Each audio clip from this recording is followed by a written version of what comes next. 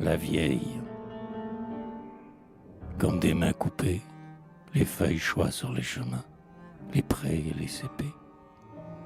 La vieille au mantelet de cotonnade, capuchon bas jusqu'au menton, assaut menu sur un bâton, trimballe aux champs sa promenade.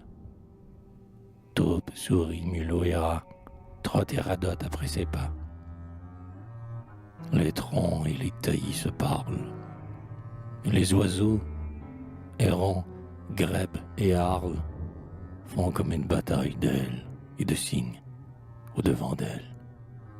Sut-on jamais de quel pays elle est venue?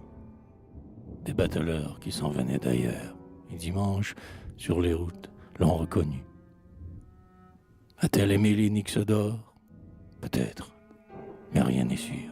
Sinon qu'au temps lointain, un prêtre exorcisa ses mains qui foudroyaient les fleurs. Depuis, elle a choisi sa retraite et son lot, sur un coteau qui domine les plaines, d'où chacun sait qu'elle guette les clos, par sa fenêtre à poussiéreux carreaux. Le soir, tout en mêlant les écheveaux de ses bontés ou de ses haines. Son pauvre toit, là-bas, semble un oiseau broyé contre les dunes par quelques vents sauvages et qui fouille le sable avec toute la rage de ses pattes et de ses ailes reployées. Les feuilles choient sur les chemins, immensément de bruines trempées, comme des mains coupées. Qu'on l'aime ou qu'on l'exècre, elle s'en va, sur le destin réglant son pas. Elle est mystère ou certitude, selon ses vagues attitudes, devant la joie ou le tourment. Ceux qui voient clair, parmi les choses ignorées, vous expliquent comment elle serait l'âme de la contrée. Âme d'entêtement et de mélancolie, qui se penche vers des secrets perdus et se mire dans les miroirs fendus des vieilles choses abolies.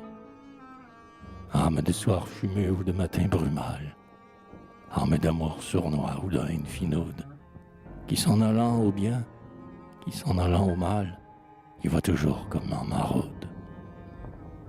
Les feuilles choient sur les chemins, immensément de bruines trempées, comme des mains coupées. La vieille sait qu'on vient vers elle, dès que le désespoir harcèle ceux qui n'ont plus, sur terre, qu'à mordre et qu'à ronger les os de leur misère. Aussi, quand les bises des maladies, sur les fermes abalourdies, soufflent aux fentes de la porte et pénètrent et plus ne sortent. Encore si les couteaux d'orage, éclairs pâles, lueurs sauvages, fendent de haut en bas l'écorce des vieux tilleuls tuméfiés de force. Enfin, la vieille sait tout ce qu'on peut en ce monde sans le secours de Dieu. Et comme est fort le seul silence qui ne darde sa violence, quand des yeux gris, fuyants et brusques, ou les regards, comme en des trous, s'embusquent. Et la vieille toujours s'en va, là-bas, avec au-devant d'elle, elle grande, son ombre, et l'infini des taillis sombres.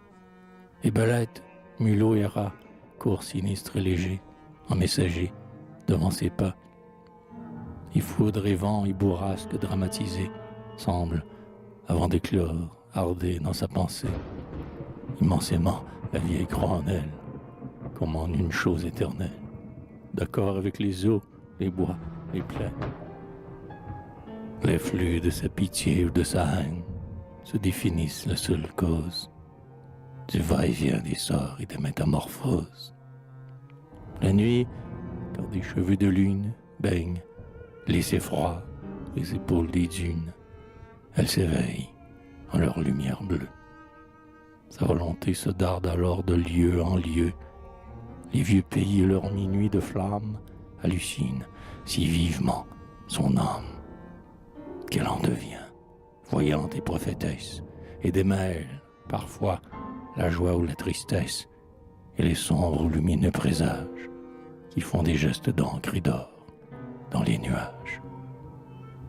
Les feuilles choient sur le chemin, immensément de bruines trempées, comme des mains coupées. Et la vieille point ne mourra, soit une sœur, soit une fille, avec la même menthe et la même béquille, sur les mêmes chemins continuera son pas. Une autre voix dira le mot de celle qui s'est tue, car la vieille descend de bourg en bourg, à travers temps, à l'infini, se perpétue.